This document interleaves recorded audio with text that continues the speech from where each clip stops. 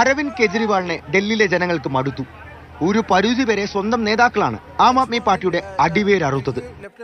ഒരു വശത്ത് വികസന പ്രവർത്തനങ്ങൾ പെരുപ്പിച്ചു കാണിച്ച് ചീത്തപ്പേര് കേൾപ്പിച്ചു.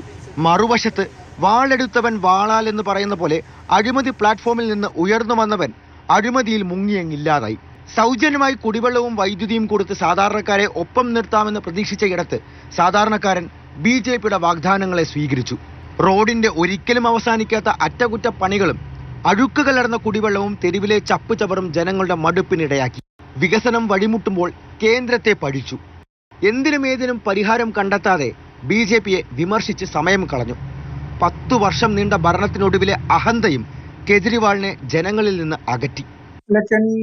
उनके दिमाग में नहीं आया और आखिर शराब के बारे में उन्होंने एक मुद्दा उठाया. രണ്ട് കാര്യങ്ങളിൽ ഊന്നിയായിരുന്നു BJP ആം ആദ്മി പാർട്ടിക്കെതിരെ അഴിമതി ആയുധമാക്കിയത്. മദ്യനയ കേസും വിഖ്യാത ശീഷ് മഹൽ ആരോപണവും. മദ്യനയ അഴിമതി കേസ് ആം ആദ്മി പാർട്ടിയെ ആകെ പിടിച്ചുലച്ച അരവിന്ദ് കെജ്രിവാളിന്റെ അധ്യായത്തിൽ തന്നെ കറുത്ത കരടാകുമ്പോൾ ഡൽഹിക്കാരെ കൂടുതൽ അലട്ടിയത് മുഖ്യമന്ത്രിയുടെ ഔദ്യോഗിക വസതിയെ 80 കോടി രൂപയിലധികം ചെലവിട്ട് അനധികൃതമായി മോടി പിടിപ്പിച്ചു എന്ന ആരോപണത്തിനാണ്.